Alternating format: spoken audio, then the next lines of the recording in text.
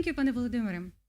Thank you. So now we move to our framing conversation, which is called not so much for in-depth scientific analysis as for mapping the issues such as political, economic, social inequality, their causes and consequences in our new post-pandemic world. And I have an honor and great pleasure to present our distinguished speakers of this panel, who are not just noted experts and leaders in their areas, but also very good friends and supporters of our university, who contributed greatly to its forming and development. So I'm very pleased to introduce Mr. Andy Hunder, President of the American Chamber of Commerce in Ukraine, Senator of the Ukrainian Catholic University. Pan Andriyu, thank you very much for being with us today. Thank you. Mrs. Ivanna Klympush-Tsyntsadze, Member of Parliament of Ukraine, Chairwoman of the Parliamentary Committee on Integration of Ukraine to the EU, Member of the Supervisory Board of Analytical Center of the Ukrainian Catholic University. Pani Ivanna, a great pleasure to welcome you. My pleasure. Thank you. Thank you. Pan Volodymyr Lavrenchuk, Chairman of the Board of Raiffeisen Bank Aval 2005-2019, the Senator of the Ukrainian Catholic University. Pane Volodymyr, welcome to our discussion. Дякую вам. And Pani Nataliya Popovych, founder of One Philosophy Group of Companies, Senator of the Ukrainian Catholic University. Pani Nataliya, a great pleasure to welcome you. Thank you, Oksana. Good to be with you all. Thank you. Thank you. So we'll move with our discussion, and I would like to address my first question to you, Pani Ivanna. In your current position as a chairwoman of the committee, as well as in your previous occupancy as a vice prime minister for European and Euro-Atlantic integration of Ukraine, you put an immense efforts to driving Ukraine towards its shared value-based partnership. But as we know, recently the pandemic influenced even those the strongest, obviously.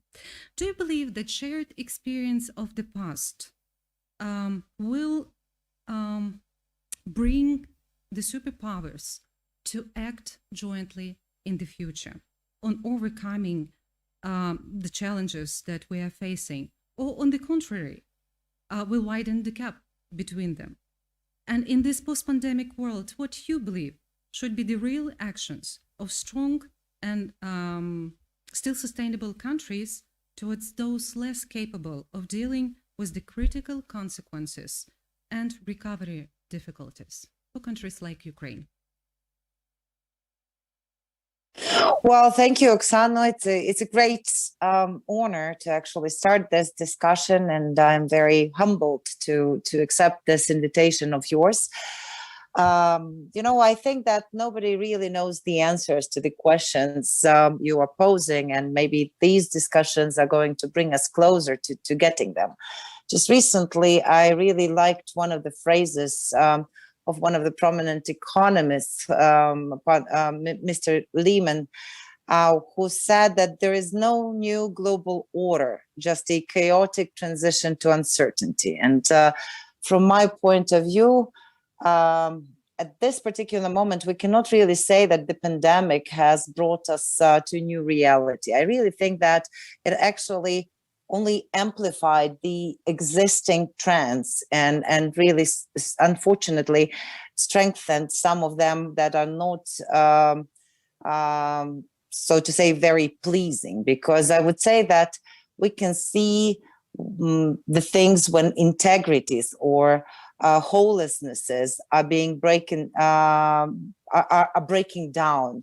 We can see that the books are basically disintegrating into tweets. So we are witnessing the communication breaking down into TikToks, and we do see that unfortunately, quite frequently, social networks full of emotions are guiding the decisions on the state level. And so all of this, unfortunately, bring us to understanding that today globalism is basically ruined by nationalism and some value-based issues, and values are also ruined, unfortunately, quite frequently with pragmatism. And many of the, so to say, with difficulty and with some time established entities like NATO or the EU or the political elites of the West are unfortunately experiencing the attacks of fragmentation. That's from my perspective. And I think that pandemic has actually played a role of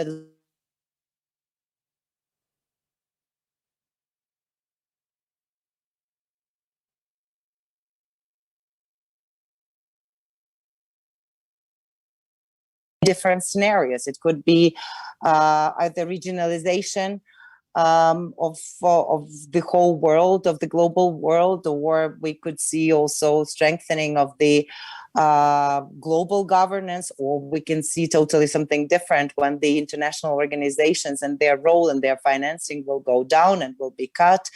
Obviously, one of the options is weakening the superpowers, so to say, like the US, and we will end the transition to the multipolar world from the unipolar world that we've been experiencing.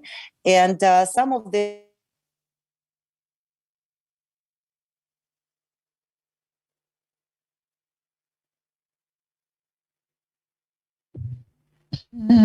Pani Ivanna, unfortunately, we can't hear you at this particular moment, but I believe that the connection will be restored soon. Pani Ivanna? Well, that's the new hybrid online world that we live at, actually, and that's something we discussed within this conference.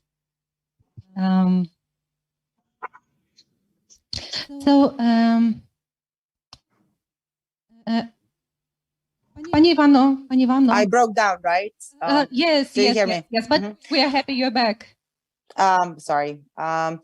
So, as I said, I do not see that there is a new ethics emerging in the world of geopolitical inequality.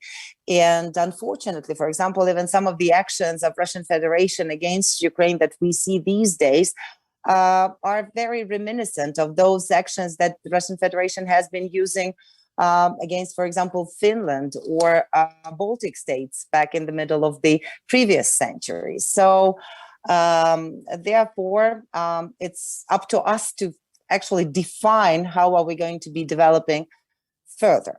So now to actual inequality. And I'm more concerned with, for example, several inequalities that are not as vivid as it seems from the first glance.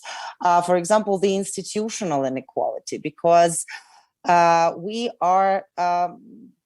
really have to be truthful and honest to ourselves and actually say very directly to ourselves that with all the equal world that we are trying to build, it's like an Orwellian world, because some are more equal than the others.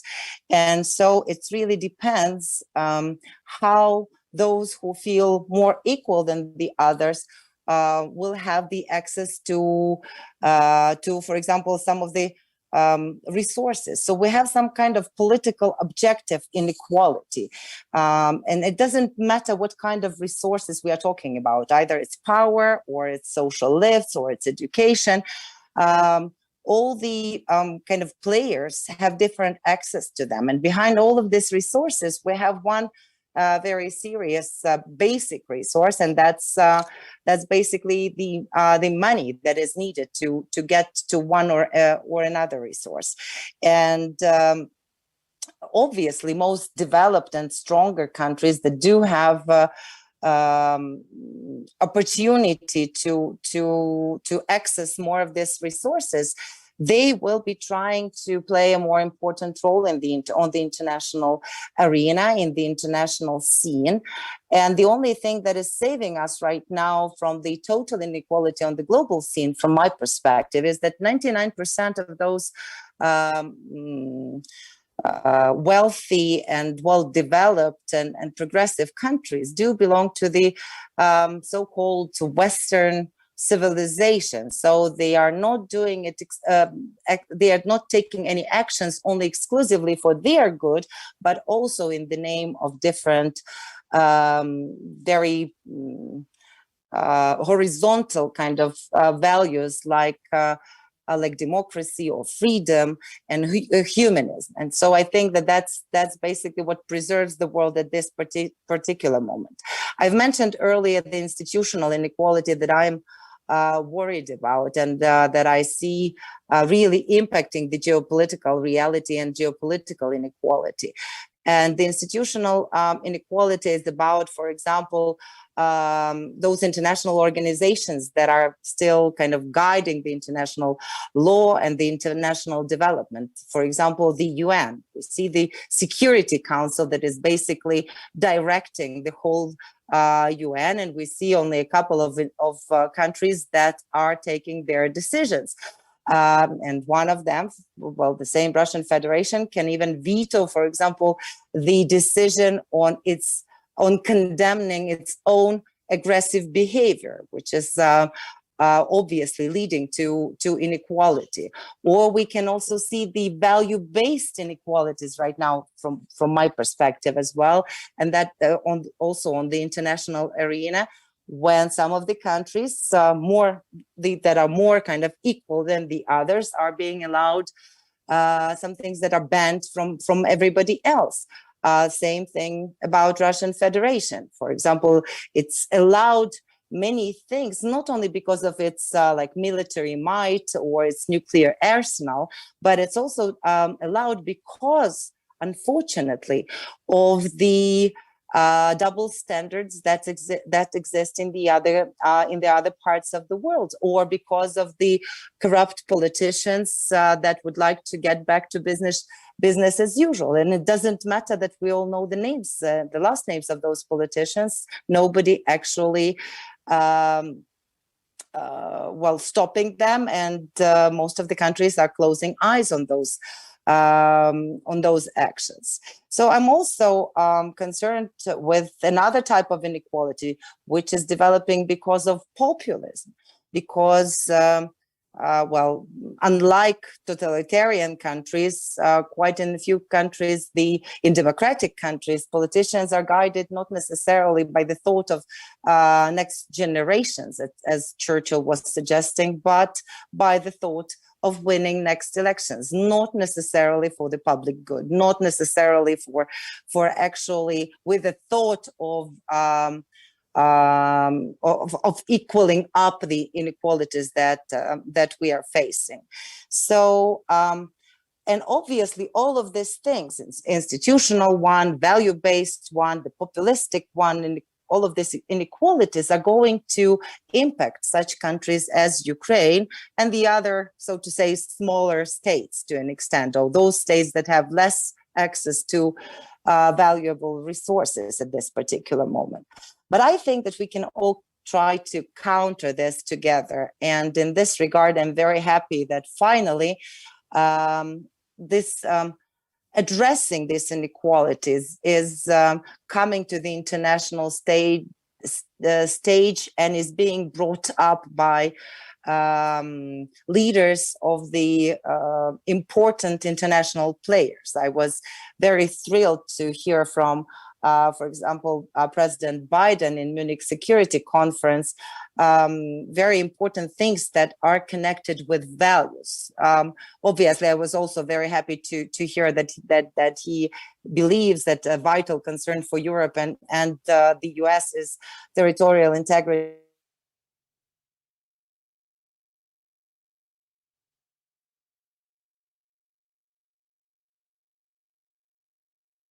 debate about the future and direction of our world. He said that inflection point between those who argue that autocracy is the best way forward and those who understand that democracy is essential to meeting the challenges we are facing is basically right now on the rise. And obviously he believes in democracy being the major answer to many questions.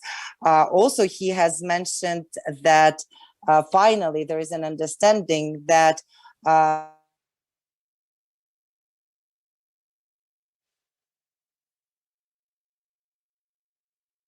to bully and threaten individual states that it is to negotiate with a strong and closely united transatlantic community.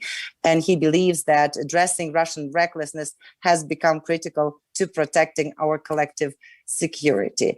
This is exactly what we've been saying for quite a few years already, saying humbly from Ukraine to the Western world. And I'm happy that finally we are being heard, and this is translating to the debate on the global stage, and that finally we are understanding that some of the countries like Russian Federation are exploiting the democratic institutions and weaknesses of the of the Western world in order to get the frictions much bigger and basically get more inequality where they think that they can gain something. So getting to kind of finalizing and addressing Oksana's question, I think that considering all of what I've been talking about earlier on, I think that we can try the answer, to find the answer in the global political project. And that probably will take a lot of time. And that we really have to make a transition from exclusively economic, regional and global projects to actually political global project. I think it's very difficult. I think it might not even happen during our lifetime, from my perspective. But this political globalization could go through political regionalization, including such projects as, for example, the EU that already exists. And this path, I think, is impossible without such smaller countries, if we believe that Ukraine is a smaller country. And for example, as Europe is not possible without Ukraine, as security and peace in Europe is not possible without Ukraine, the same similar tendencies are impossible in the other regions. But again, we have to kind of jump from exclusively economic basis to more of a political basis. And obviously, reform of international institutions could be one of the keys in addressing this path. I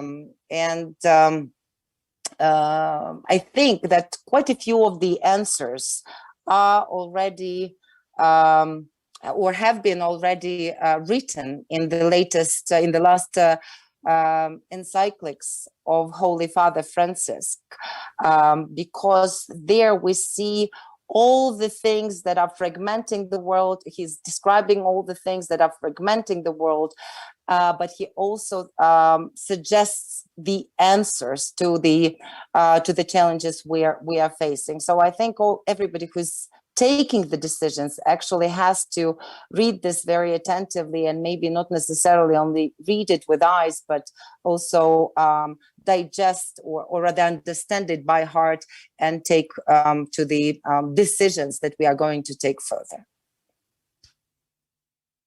Thank you.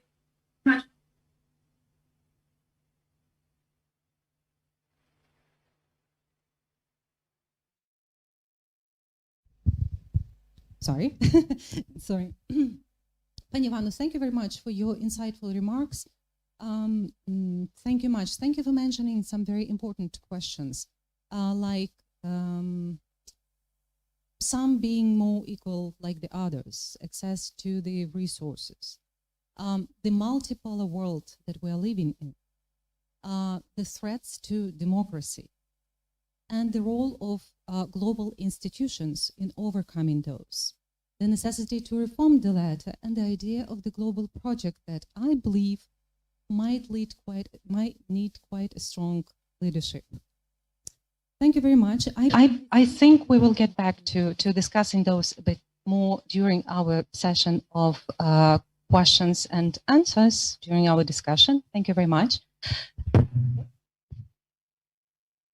Excuse me, Anna Andriu, and now I'd like to address my question to you.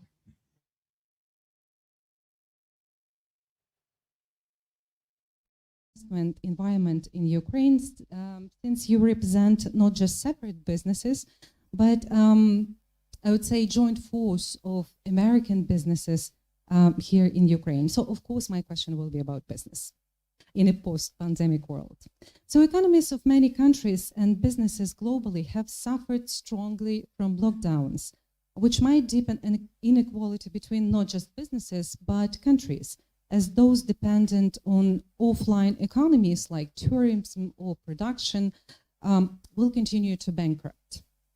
It might cause an unpredictable, destructive impact on the world. So how you believe the large, strong businesses should support those offline services or production companies, the small ones? And what is the role of powerful organizations like business associations in combating the inequality and the impact on the state level and globally? Pan Andriu. Thank you, Oksana. I think we asked the question, what is wrong with inequality? I mean, is economic inequality, I mean, is it a problem? And I think here's the question that, we look back in philosophy. I remember when I studied 30 years ago back in philosophy, and I remember Jean-Jacques Rousseau, his book on equality. And I think the influence that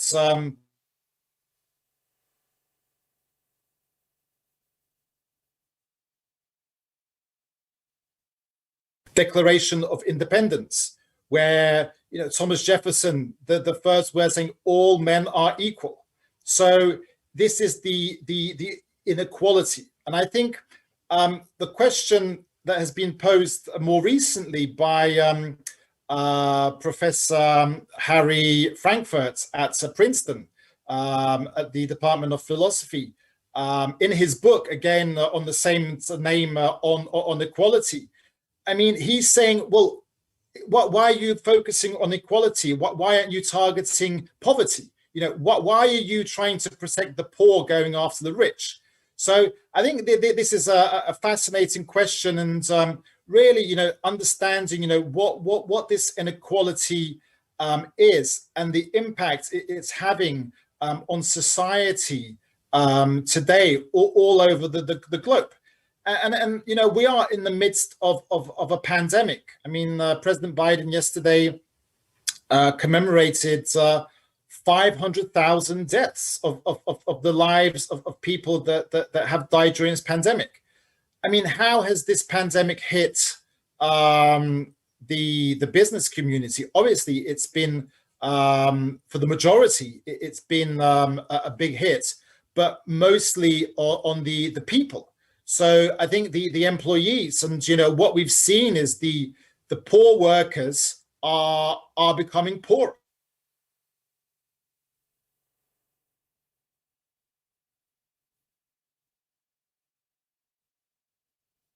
Do work. They are in hotels, restaurants, tourism.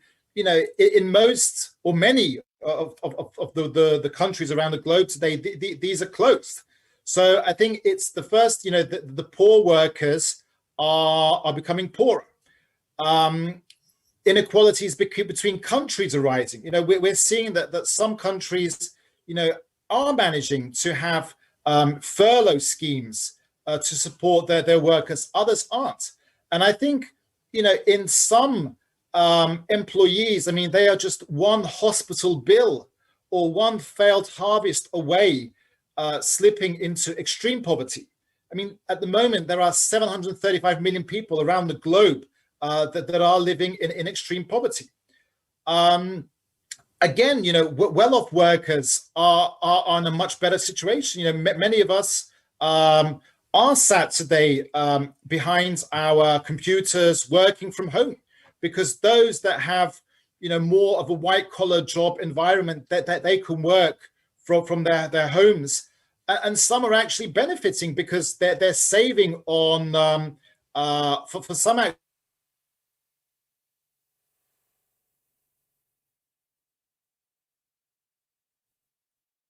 You're saving on holidays, so some of those bank accounts are growing, and then the rich, they get richer.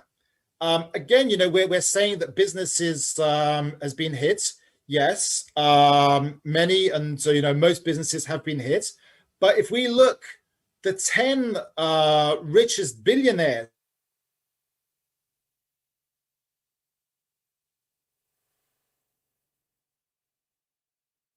technology.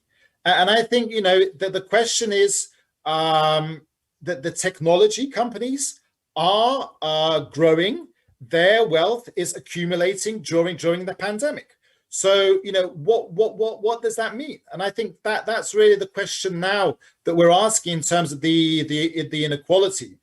The world's richest 1% have more than twice as much wealth as 6.9 billion people. 1% of the planet. At the same time, when almost half of humanity is living on less than $5.50 a day. And I think, we are seeing that this rift between the rich and the poor, it's growing bigger. I mean, if we look at CEO salaries, a salary of a top chief executive officer, today, or last year, this compensation, the ratio of a CEO versus a typical worker was 320 to 1. That's the measure of the ratio of the difference between the pay, and that's grown extremely. I mean, in 120 to 1, and I think this is continue to grow. So the inequality it continues, and I think in terms of, again, the migration, we are seeing this especially in countries that have large migration outflows. Ukraine being one of them. I remember the days when one of the TV channels said there are 52 million of us. Today, I think the latest statistics are showing that just over 40 million.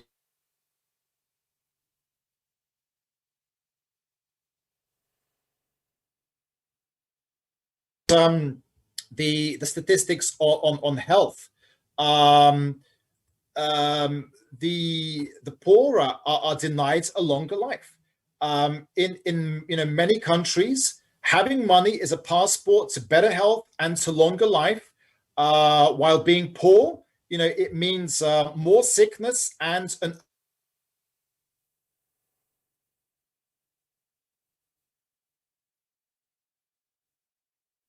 10 years difference at least. I mean, in Ukraine, 68 years. The average man in Ukraine lives for 68 years. And I think in other countries across Western Europe, that's at least 10 years. I think also interesting in Ukraine, women live 10 years longer than on average than a man. So I think, if we address this inequality issue, it's really understanding where we are. And, it is what we're seeing, the inequality, it's growing bigger, and it's growing faster. And I think the pandemic is really fueling it. Even with digital, I think with digital, this is another issue that the divide is growing bigger.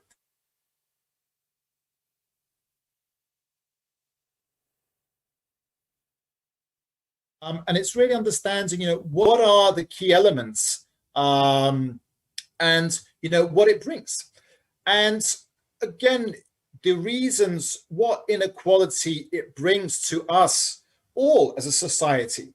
I mean, we see clear evidence that cross-country evidence of the increase of mental health, physical health, drug abuse, in terms of imprisonment, obesity, social mobility, trust and community in the way we bring up the children.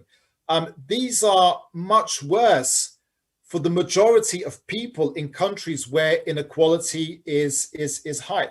So I think it's this extreme economic inequality. It undermines society, and I'm very grateful for the four universities coming together and bringing this to the issue today.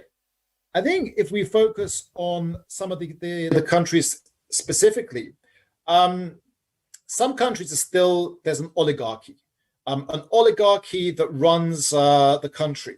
An oligarchy is pretty much when a small group of people have control over a country. In Ukraine, we've seen that the prominence of oligarchs has been still remains very strong. They control the media, they control the information that comes down to the majority of people, and they control a lot of the politics, the funding of the political parties, and I think that's how policy is continuing to be made.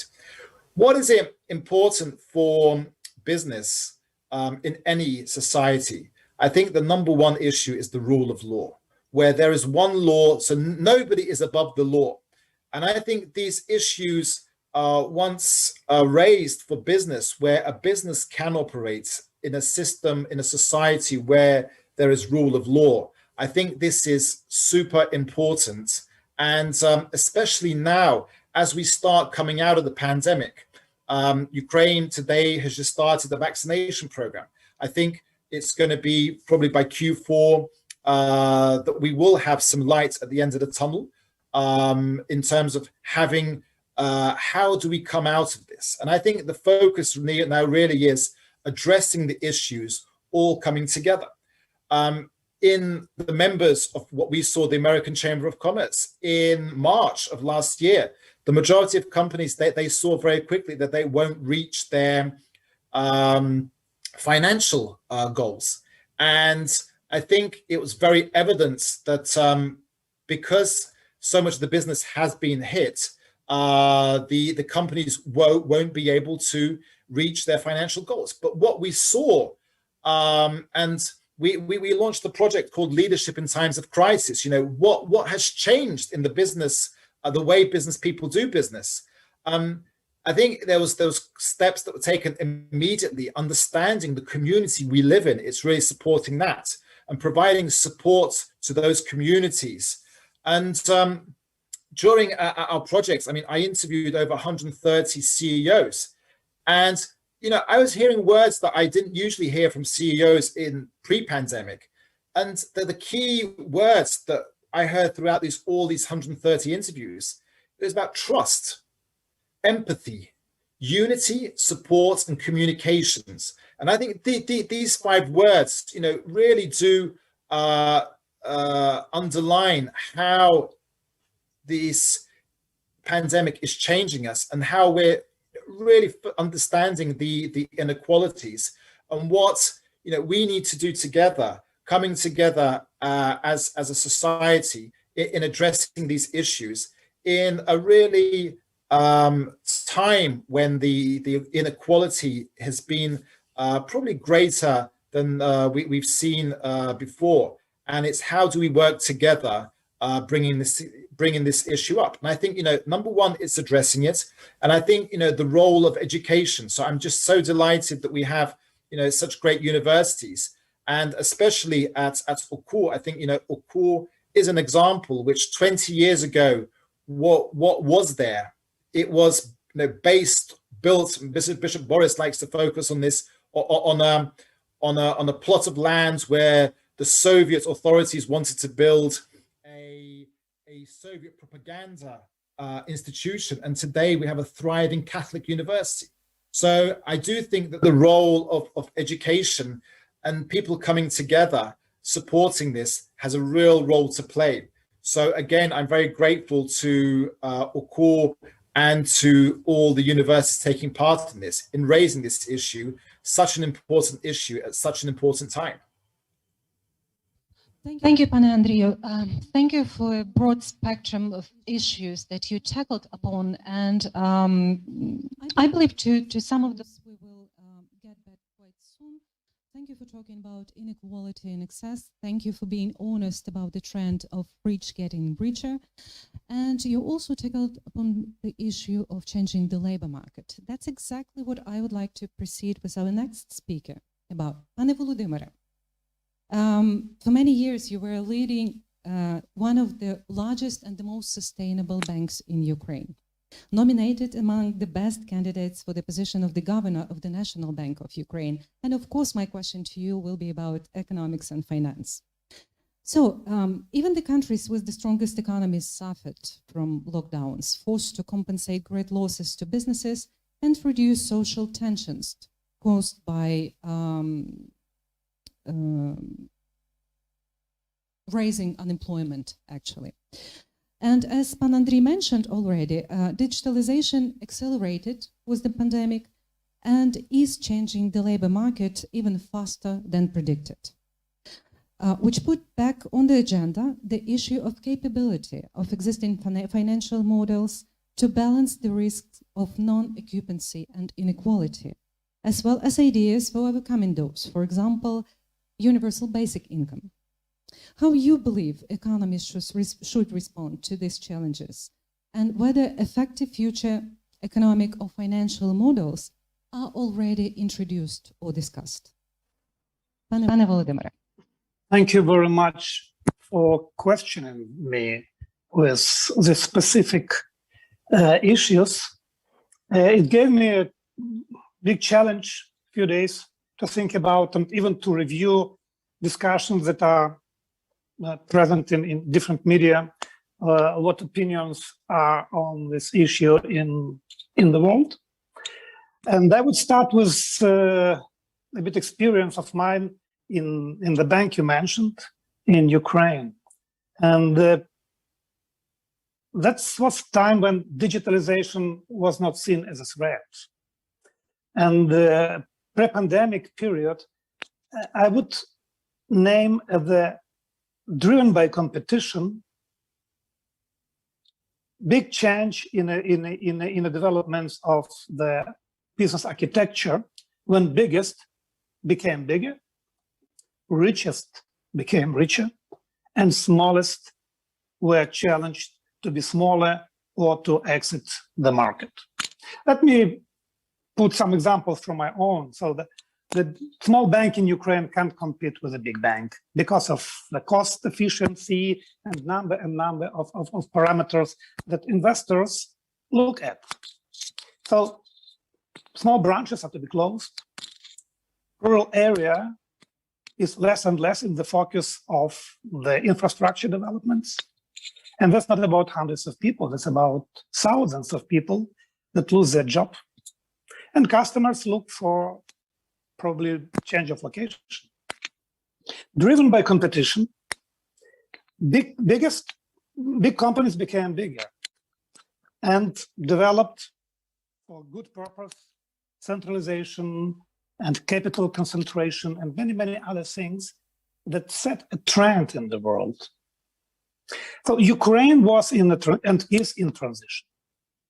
And Ukrainian government and the community set a targets to be in the game. And majority of this business architecture models were set into the agenda of banks and other organizations to be introduced in Ukraine. I'm a part of the game, a game player.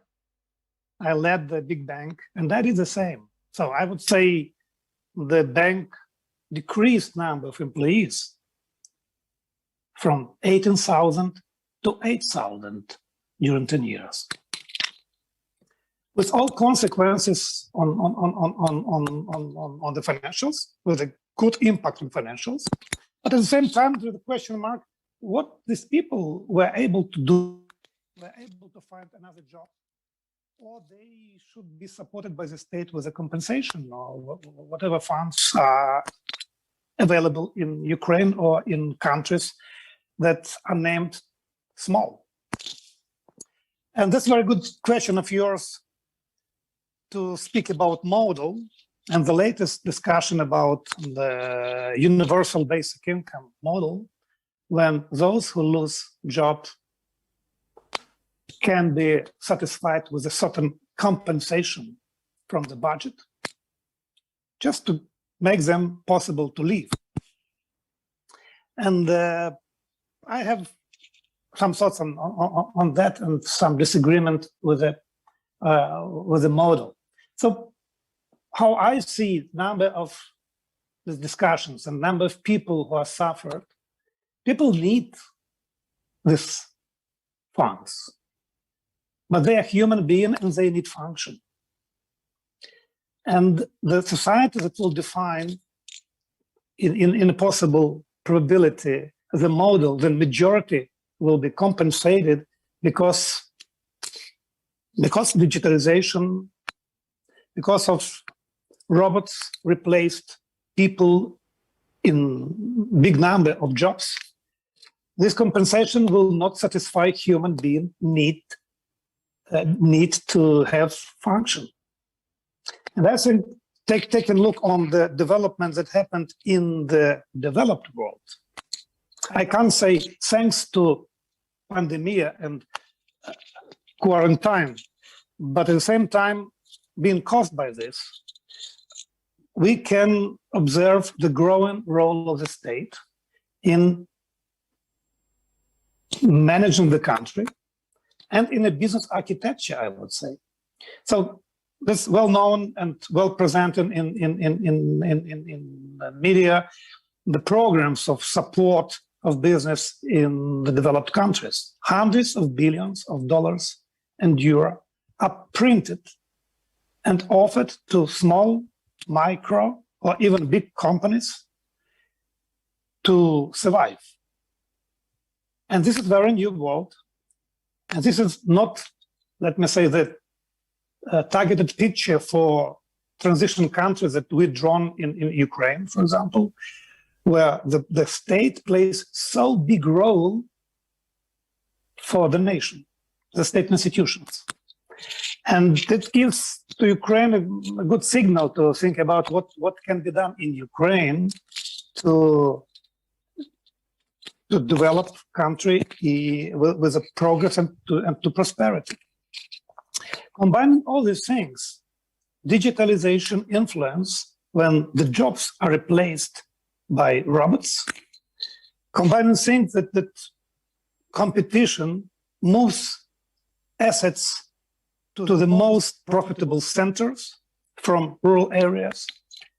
And the latest experience when the market and labor markets are almost closed because of the restrictions of traveling, I would say that the state, the community is required to revisit the agenda. What is sustainable profit?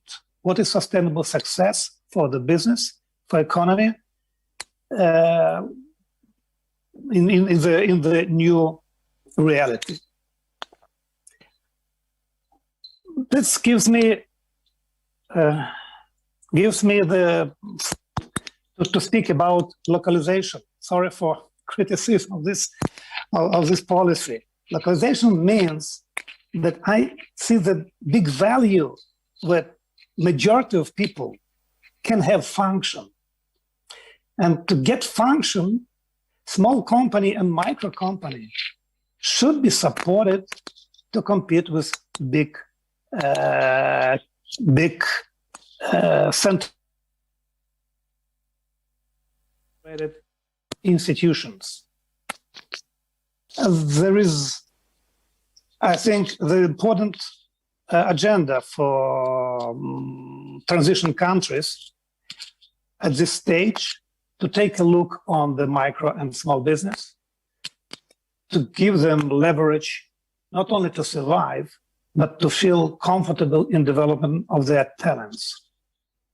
Coming back to the assessment, what is good for the country, what is bad for the country, what is good for economy, and what could be not as effective for economy as could be measured by GDP growth or by even GDP per capita, when differentiation of richest, what Andy Hunder very perfectly mentioned, and the majority of those who have the limited number of funds for survival.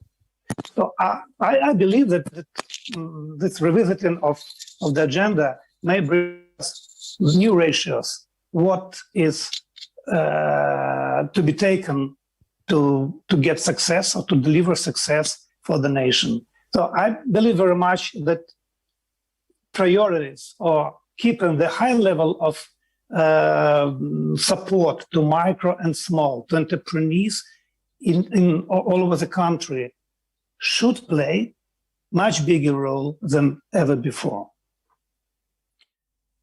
That's can't be compensated or replaced by the model when the budget is split by 40 million people, by $200 per month for each citizen, for example. And that's the answer to the question how the model can be introduced. I believe very much that people need more than that, starting from their talent development and their function getting. So that's, again, is a good subject for debates and discussion. But I have opportunity to share with you the thoughts being worked for the big bank who centralized functions for many, many years, being named best banker in the country for a number of years. Based on my experience, I see a big success for the country and biggest importance when the majority of those who want to get functions in the center of Kiev or in rural areas of Transcarpathia are well supported and well funded. So this is on the top of my list of the model that should be introduced and developed in a transitional country like Ukraine. And I again use the opportunity to appreciate what Ukraine Catholic University does, specifically focusing on values and long-term sustainable growth of community. So again, thanks for inviting me for the conference. I look forward, if there are any questions, to respond, and we'll try to stay to the end of our conference with the active participation. Thank you. Thank you, Pane Volodymyr. Thank you for mentioning the university and Pane Andriyu, Pane Ivanna. And Pane Volodymyr, thank you for still believing in people and putting a good question about what it means being sustainable nowadays. And with that question, I'd like to move forward. And Pani Nataliya, in your recent brilliant piece for Enver, I believe that you reflected a bit on the issue, what it means for the country being sustainable and being resilient, on the example of Denmark. Because this is actually the case that many thinkers, global thinkers, are referring to the recent days. And if you would like to reflect on that, you're always welcome. But there is also an important question about communications that was raised several times during this discussion. And your background is mainly in strategic communications. You were leading business projects and campaigns of different levels, including international public campaigns. And all those had one thing in common. You were always communicating the values. The previous year is recognized as a peak of conflict between facts and fake. Again, the rapid digitalization is one of the stimuli of information influences, leading to radical polarization, growing uncertainty, fear, and even hatred, and thus undermines the ethical principles of interaction and coexistence. In a situation where many countries are still drowning in populism, something that again was mentioned today several times, who you believe governments, political leaders, and how need to change or build their communications to regain trust and unite countries and societies for better outcome? Pani Nataliya.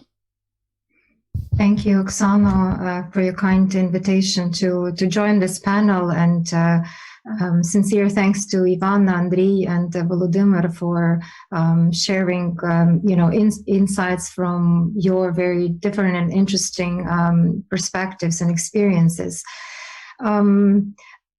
You've mentioned my recent piece for Novaye Vremya. I do feel myself humbled and privileged by the fact that I've lived and worked in the United States and in Ukraine and then in Russia and now in Denmark. And just because of this life experience, I have a chance to compare living in very, very differently structured societies. And I must say that I am surprised to the extent I respect and commend what Scandinavian nations and Denmark in particular was able to achieve in how their society functions. In regards to your question, I would say that first of all, I'm an advocate of actions preceding communications, because trust can really be only gained or regained if we are reliable enough and selfless enough and act in the interests of the citizens if we are the state. Communications is never enough, and no matter how much business type of show or circus solutions populist governments can try to sell to their populations, but then things like pandemics come and they are the real test for trust in any society. And I think in case of COVID, there were very, very plain and simple questions. Will I be treated to survive COVID-19 as a citizen, as a member of a society? And now the pressing question is when and with what vaccine will I be vaccinated? Will I be safe? And I think the governments who could not answer until today cannot answer these questions positively, calmly, professionally to their people, no matter how much they communicated, will not be trusted. On the contrary, we've seen the examples of governments whose systems have reacted, very professionally, and they have seen only small drops in the levels of trust. While I think long-term, their societies may even become stronger and more resilient after the pandemic. I think this can be said about countries that have acted in a competent way, in which they have recognized very early on the impact and the scope of the pandemics, and who organized and enacted a whole range of COVID-19 measures, who have been sober and fact-based. They actually really gained more trust, and there is continuous support of their respective societies. This only means also leading by example. We've seen what happened in the United States and President Trump, who did not wear a mask or mocked people who were doing this, and what were the reactions and the final outcome, thankfully for the world. But also we've seen the competent leaders who immediately practiced social distancing and mask wearing behavior, and in this sense they were sending the message to their populations on how everybody else should behave.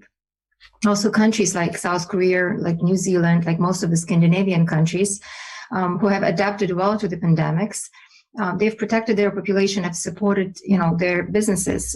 As Volodymyr mentioned, they supported their small and medium businesses to go through the time of lockdown with very well-designed systems of subsidies, and they've honestly communicated their state of affairs, their lockdown rules, and enacted them. They're doing, well.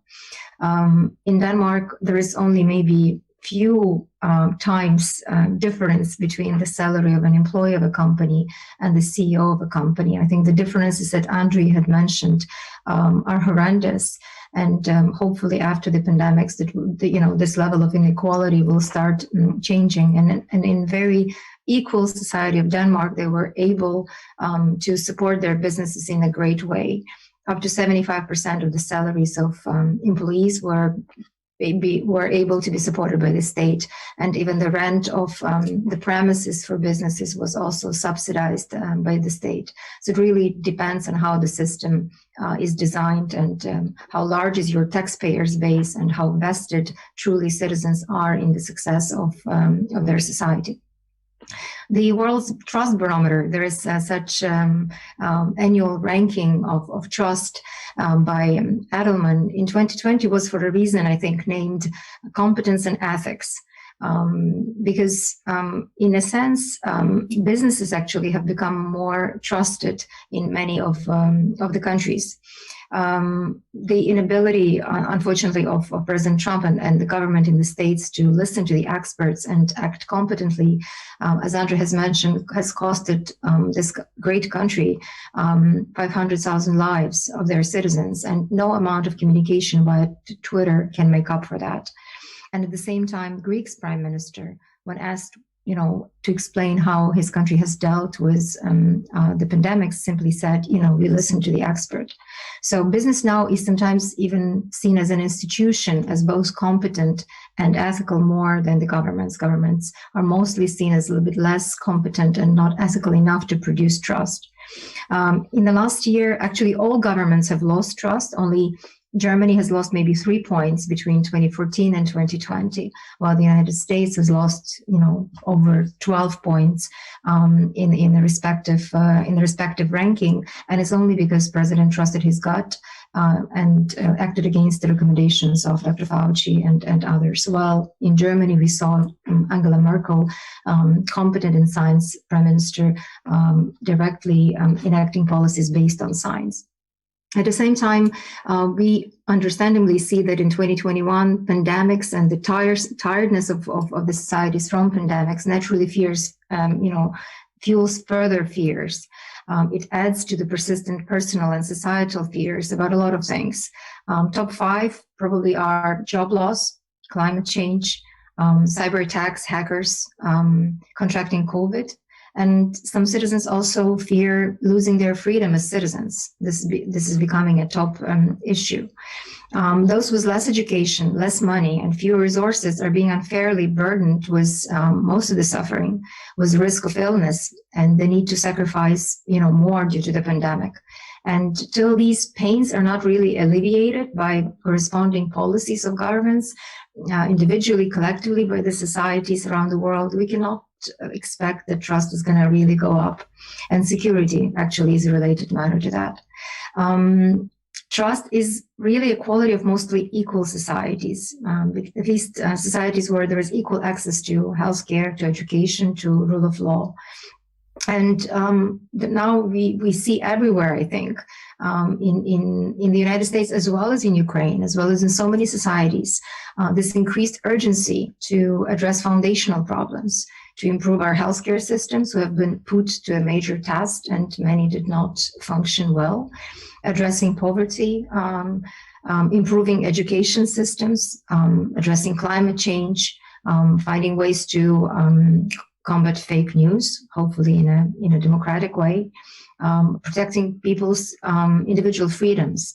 I think Timothy Snyder had written really well about the kind of malaise of the United States, in the sense that if these systems do not function well, actually we are not free, because our freedom is confined to the level of survival, and we as people are capable of so much more. There is growing perception that, our government leaders are purposely trying to mislead people by saying things that they know are false, or grossly exaggerate them in order to stay in power, while business leaders are purposely trying to mislead people by saying things they know they're false, just to stay in business.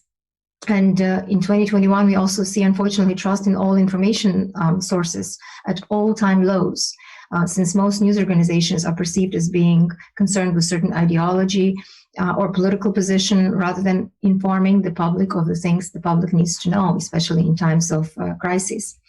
And at the same time, what can help and counter this, state of truth decay, as Rand in the States has called it, that now we live in this epoch of truth decay and general distrust.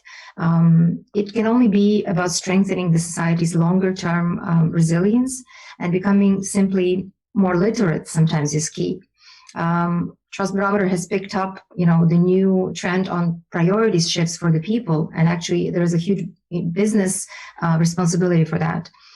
People are saying my information literacy now matters more because they know the cost of it with the pandemics.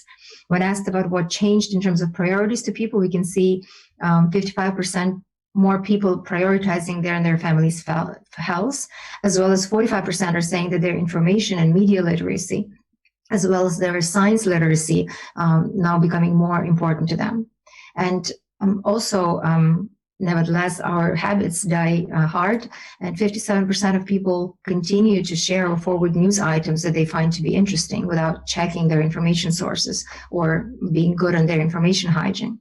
The information hygiene of everyone now in 2021 on the planet should include things like, being curious about local news and engagement, avoiding information echo chambers, verifying information, not ever amplifying unvetted information, because unvetted information literally sometimes kills. Now we also understand that the trust and the issue of trust and inequality is going to impact how we come out of pandemics and how we're getting ready for the new one. Vaccine hesitancy remains now a major hurdle for a great number of societies. Actually, 64% of people say that they will take COVID-19 vaccine within the next year, and only 1 in 3 is ready to take the vaccine as soon as possible. Hence, poor information hygiene threatens pandemic recovery, and that threatens all the other things and addressing the issues of inequality that we are talking also about. There are a lot of roles, but I would say that there is a huge role not only for government, the societies. It's a combination, it's a collaboration, but for business. Last year, similarly to the AmCham, we at One Philosophy organized a resilience study in Ukraine to understand better how business owners and directors of organizations, how they're taking their organizations through the crisis. And our data is very similar to what Edelman had found out, globally. 68% of people believe that CEOs should step in when the government does not fix societal problems. And we've seen in Ukraine how business had to step in to support with the pandemics when there was no government response in a competent way. 66% people believe CEOs should take the lead on change rather than waiting for the government to impose change on them. So maybe there will be more initiatives, healthy initiatives, including tackling poverty and unnecessary inequality coming from business. And then they should hold themselves accountable to the public and not just to the board of directors or shareholders. I think this is a growing trend of business recognizing to what extent it is very, very short-term thinking to plan the future of companies only based on short-term priorities. Also, business gains most trust by being a guardian of information quality. So there is more responsibility because there is more trust to actually your employer sometimes than there is to general news organizations or to the government. And that means, embracing more sustainable practices and continuing to be very robust in COVID-19 health and safety response, and also all of the measures that can drive economic, prosperity. Employees are becoming more activists. So to think that inequality is going to stay as it is, it's going to, it's growing as an issue, but that people will not oppose it, I think this is the most fascinating aspect of it, I think, for the 1% of the very, very rich people on the planet, not to look at it from the standpoint of a security. Because if we are to change things, more long term, then we all have to probably embrace more expanded mandates.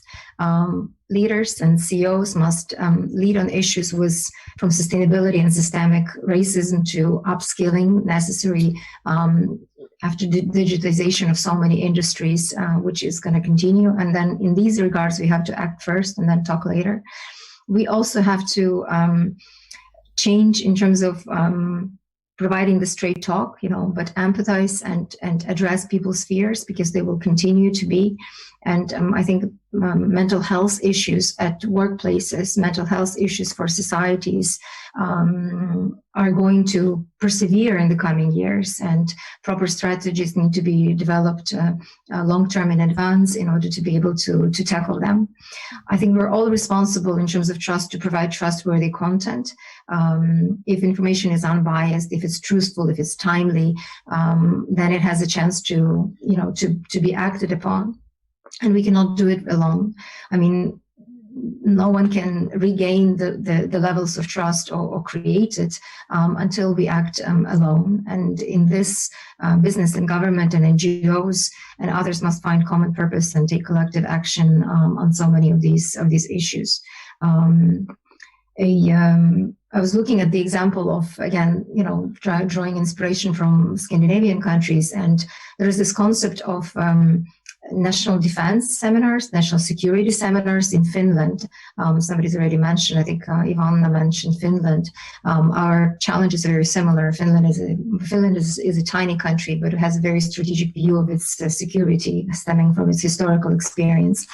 In 1961, they started developing this understanding of comprehensive security, and their army understood that, it's not just army that defends the country or makes the society resilient, and that if the whole society has to be more resilient, that they have to learn from each other and talk to each other. So since 1961, they've taken like almost 10,000 people through this program, where there are meetings, invitation only, where a host of business and societal leaders are invited to join for educational workshops, for gatherings, for joint learning experiences, to help leaders from very different realms of society to better understand the global landscape of security, these big meta challenges like inequality or migration or others, discuss and reflect on the role of Finnish society in them, address their own challenges. And they want all of their national decision makers to understand how to keep society functioning during a crisis. This is a challenge that I think all of the leaders have experienced last year. How do we continue on regardless of the circumstances of pandemics that have put entire planet, on pause? And how to deal with these big paradoxes of complexities and how to act in a better way. So I think we need this. I think so many more societies need to learn from each other in small formats like this, but Ukrainian Catholic University should be at the forefront of it, because none of this can happen without very strong emphasis on ethics and on the foundational values of martyrs and marginalized, on which the coup is founded on. But only with the thought of them, there could be better future and better ways of coming out of crisis. I also think that for Ukraine, as a post-Soviet country, as a country that is so post-totalitarian and post-colonial, we need to practice more of this reflective approach to developing better cohesion and building joint dreams of what Ukraine should be, what its model should be in the future, and learning from our recent experiences, from the experience of pandemic, analyzing how countries have reacted, which were the best responses, and what should be enacted in the future. And also, I'm not sure whether this is by coincidence or not, but I think it's important that this topic of the conference that you have with so many other great partners happens, on the days of the reflection of the Revolution of Dignity in Ukraine. I think every year we in Ukraine especially have a chance to ask ourselves, how we have changed in a very, very practical way. Mm-hmm. Have we become more ethical? Have we become more competent? Do we pay more taxes? Do we have enough of competent government? Have we really become more resilient to the challenges of the actions of malign actors or populism or pandemics, issues of biosecurities and things like that? Mm-hmm. And have we managed to bring up more responsible citizens, more kinder human beings? And is it as a result of our educational systems or civil society organizations functioning? We know that most successful countries, and being also in Scandinavia, they owe their success to all of the professional and ethical and citizen type of education they formed and developed 150 years ago. And we also know that we have our own local examples of Metropolitan Andrei Sheptytsky, 100 years ago, enacting reform of the church and enacting reform of the civil society and creating so many institutions and educational initiatives that were all meant to make a resilient Ukrainian state. And I think this, this issue of resilience in mind, for the certain community that is combined by joint values, but also resilience in respecting the differences of others, and at the same time being able to partner with them to resolve these bigger issues. That's what's at stake. And I think it requires to think holistically, but also on a very practical level to ask ourselves the question, what each and every single person can do. Mm-hmm. So I probably would stop here and then happy to answer questions. Thank you, Pani Nataliya, especially for mentioning Metropolitan and Raiffeisen and his experience that we all still learn from nowadays. Now we get to our Q&A session, and I will try to dig deeper in some of the issues that we mentioned already. But before that, I'd like to address our participants and our guests. You please put your questions in our Zoom chat. If you want to address our distinguished speakers, we still have several minutes for Q&A. And if anybody in the audience have a question, please raise your hands. I'll try to spare some time for that. And my colleagues, co-moderators, this panel will help us with selecting the most interesting questions. Victor Poletko, Senior Lecturer on Political Science, and Ostap Krivdik, Chair of Ukraine and the World Program of the Analytical Center.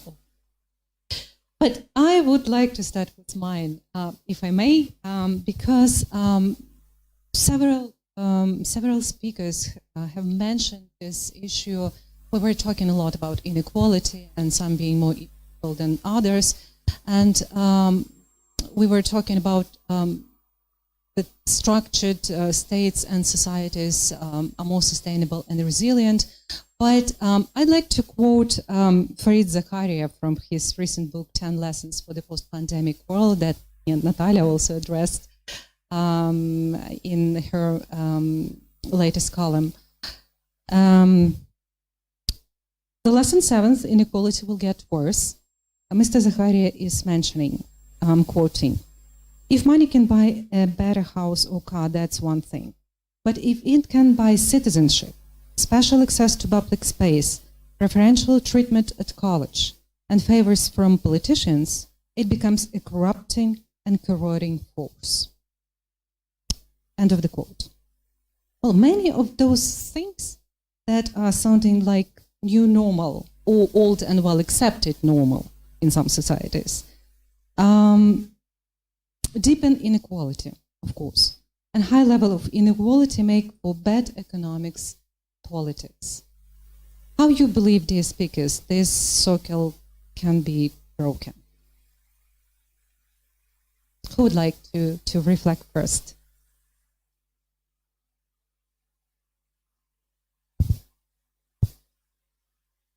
I don't know if could you hear my question, the speakers? Yeah. Yes. Well, Oksana, maybe I can start and then listen. I think if pandemic does not become a turning point, then I don't know what else will, because I think pandemic has proven to all of the people in the world how fragile we are. Bill Gates has been writing about it in his annual letter on the foundation to all of the global stakeholders. A tiny, tiny virus, and everybody's lives are at stake. I think what's important for all of the people who consider that it's okay, to maintain kind of this balance that Andrew had mentioned, 1% of the richest confined, but even their lifestyle has been confined to a fraction of their usual lifestyle during pandemics. To have this level of inequality is simply not sustainable. It will eventually lead to a disease, a terrorism, a military conflict, or a disaster. The sooner that can be realized, the sooner probably we can see some significant difference in the current situation. But I kind of refer and agree with what Ivanna had mentioned in the beginning. Globally, until the issue of money laundering, tax havens for the likes of Putin, Trump, or others, different dictators and autocrats is resolved, there is very little chance that the issue of inequality can be addressed in any significant or systemic way. And in Ukraine's case, I agree with Andriy that the circle of completely unnecessary poverty in Ukraine and unwarranted, actually dangerous levels of inequality can be broken only if we address the issue of oligarchs and not having our governments acting as business clubs, but actually acting as responsible in regards to the citizens. But that is again tied to, do we empower through support small and medium businesses? Do we increase the level of citizens who are actual shareholders and proper managers of the state to which they contribute? Equal societies usually are the ones where people are very much engaged and where they pay taxes and they demand from the government to be effective and competent in dealing and addressing with the issues that should be dealt with by the government. Mm-hmm. Right, Pani Nataliya, you mentioned several times about our personal responsibility in building up resilient countries. But we also mentioned several times about the role of the state, rising role of the state. And I will put my next question, and maybe somebody else would like to reflect on the previous question and the next one, which is, again, about the rising role of the state, because the pandemic legitimized to some extent, not just what authoritarian regimes were doing in combating pandemic during the previous year, but also some practices for democracies that were not acceptable before, like mass surveillance, for example. So the question is, what do you believe are those limits or ethical boundaries that we as society should not by any circumstances? Would anybody would like to reflect? Pani Ivanna, tak. Please. I just wanted to actually go a bit deeper on what Natalka has started to answer, because my understanding is that we, with the pandemic, and as I have put it, it has become a litmus test to actually kind of amplifying those tendencies that have been there before. And I think what matters is about different stakeholders, and not necessarily only exclusively citizens, taking more responsibility for engagement and for action. But at the same time, the state should also come in with the possibilities for others to engage and kind of for opening up the space for others to engage. But that means that the institutions are there and they are adjustable and flexible in order to accept and react to the change and to kind of widen up the opportunity for others to also engage. With regard to your second question, with the limit of what is ethical and what's not ethical, what we can accept or not, I think here we are very much on the edge of what's secure for kind of survival of the societies and what's and how this security is perceived, right? Because sometimes this fake information or the unchecked information or the specifically projected misleading information or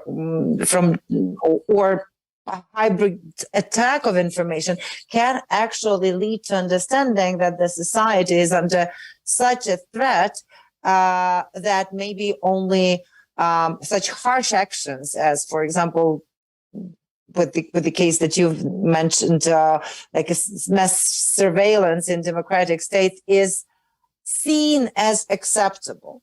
But here we actually are very much dependent and very much vulnerable to our understanding of what is the truth and who is the provider of that actual truth based on what we can make our decisions. So I think this fine line will be tested and tested in the nearest years, and depending on the we're returning to the issue of resilience of the societies and institutions and their capability to adjust.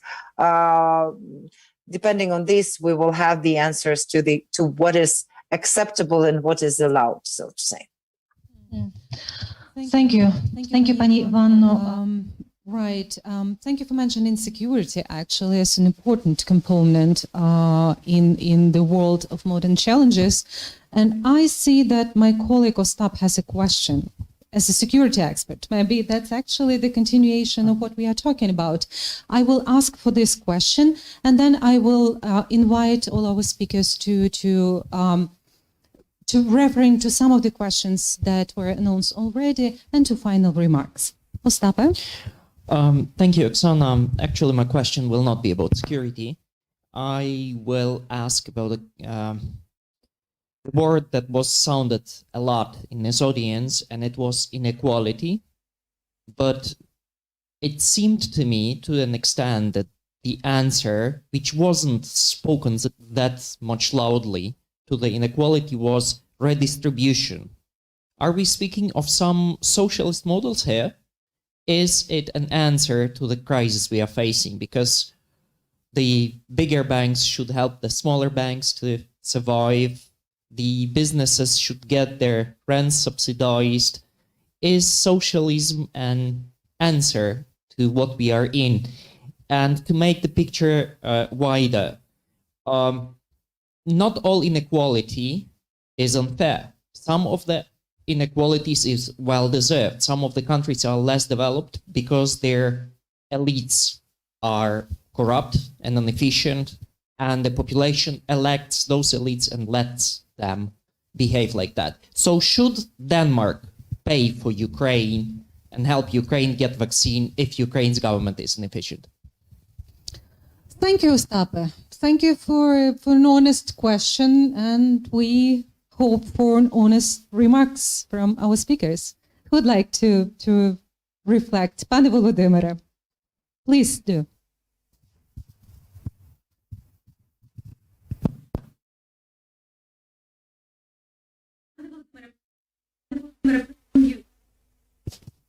Pane Volodymyr, please unmute. Okay, unmute. Yeah, I appreciate very much your question, and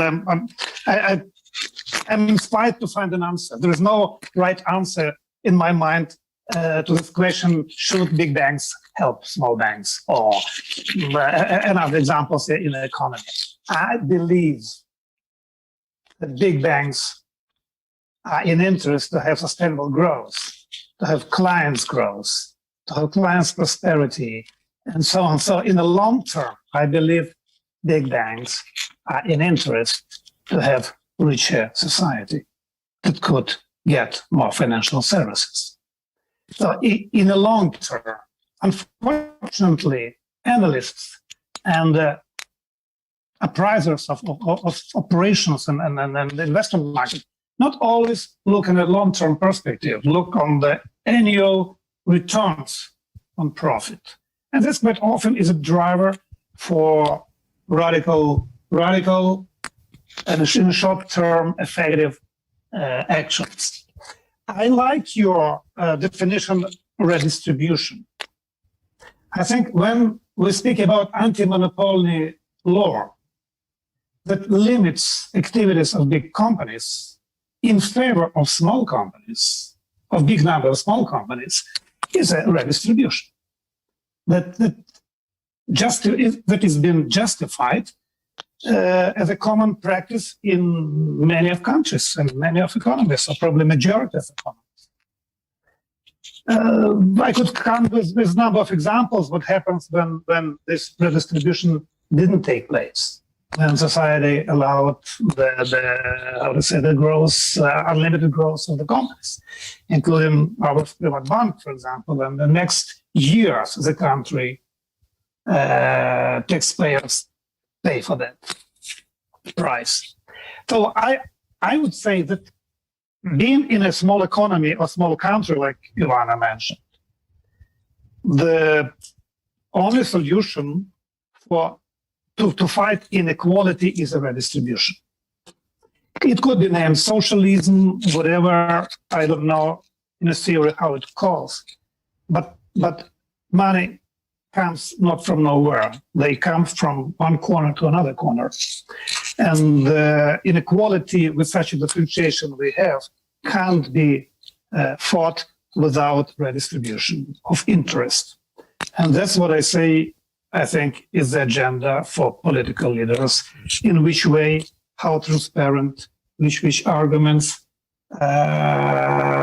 to offer stage by stage or radical reform during a short period of time. That depends very much on the readiness and availability and capacity of political leaders how to do that. I don't see other solution compared to redistribution, how inequality could be sorted out in a country with a high differentiation. That's my thoughts. Thank you. Thank you. Thank you, Volodymyr. There were some other very good questions, like who should take over the leadership, and many others, but unfortunately we run out of time. And I would like to invite all our speakers to some final remarks, if there is something that you would like to reflect on at the end of this talk. And I believe that we will have an opportunity somehow in the future to continue actually this very insightful conversation. Who would like to start first? Pane Andriu. Thank you, Oksana. I think inequality is like air pollution. It affects every one of us. And I think that is really, understanding the challenge of the issue.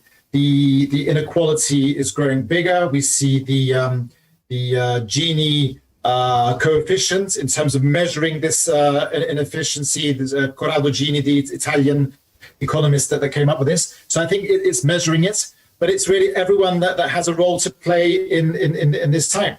I think, the role of business, Henry Ford said a business that only makes money is a very poor business. And I think it's the way that this pandemic is changing us. Businesses are losing financially, but some are gaining spiritually. And I think it's really understanding this metamorphosis, this change of time, and it's really using this opportunity for the good of society. And I think we could use this opportunity as a real wake-up call to address the burning issues of the day. Mm-hmm. Thank you, Pane Andriu. Thank you. Pani Nataliya. Jokes aside, but I think where Denmark could support Ukraine is maybe in a greater number of leadership courses that would provide better understanding of the Protestant ethics, or any ethics and a capitalism that they've built here, which is a market economy. It's a very strong market economy, very competitive. There's competition, and you can hire and fire people freely. And in the indexes of economic freedoms, Denmark is higher than the United States. But there is a strong system of welfare that through education and through access to healthcare and through access to reskilling in case something happens to your job, keeps you a functioning member of the society. I think it's a matter of finding the right strategies. Volodymyr has mentioned there's probably no one cookie cutter solution, but in Ukraine, I do believe that Ukraine is there's so much inequality and poverty related to the fact of oligarchy, and that oligarchy unfortunately proved to be very resilient in the last 30 years of Ukraine since regaining independence. But the only way to challenge that is through ethics. But it's also through building this understanding that with inequality, it's not only the poorer members of the society that suffer, everybody suffers, because it affects, the vast majority of population. And actually, if well-educated people with good jobs and incomes, they lived with the same jobs and incomes in a more equal society, they would likely live longer lives, and they probably would have less chances to meet violence or address challenges that they cannot address in an unequal society. So building an understanding of these cause-effect relationships, that's something that probably can challenge inequality in the longer term. Mm-hmm. Pani Ivanna. Well, you see, we're so intertwined and we're so interdependent these days that to an extent this redistribution is necessary. But I think it's several tracks that should be pursued. As for now, Denmark does have its choice, and Danish people have their choice. But maybe if they will not be looking around, not only preserving their way of life, but also not helping around, they might end up without this choice in this particular world. But that does not mean just helping. That means also going through transition and transformation of those international institutions that I've referred in my opening remarks. I think there we have to project this strength of the law, of the rules, of procedures that are without exceptions and without exemptions should be applicable to everybody. Then we can actually count on, in some cases, redistribution, in some cases, some giving up some of the goods and some of the positive things that we have in order to help the others. But that requires a lot of shaking up of the geopolitical inequalities that we see as of today. Thank you, Pani Ivanna, Pani Nataliya. Pani Volodymyr, maybe you would like to add something? Final remark? But I would ask you to unmute again. Yes. I'd like to comment my main impression of the discussion that I had, and this is about ethics. And I believe very much that within biggest values, the population, the nation, the world will go closer and closer is culture, relations, family values, neighbors' values, mutual support, and all this what we value on in our life. And I believe very much that this I should and this I call ethics, culture. It's not only the tools, but that's always the values that people fight for. And the job is one of the values that people will have this function. So we can't accept inequality in such big degree that they have, talking on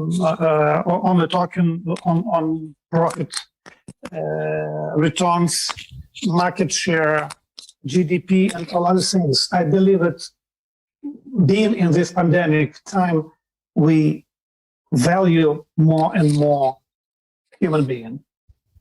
And I believe that human being will more and more monetized based on the better understanding of business community, what is sustainable growth and what is sustainable prosperity.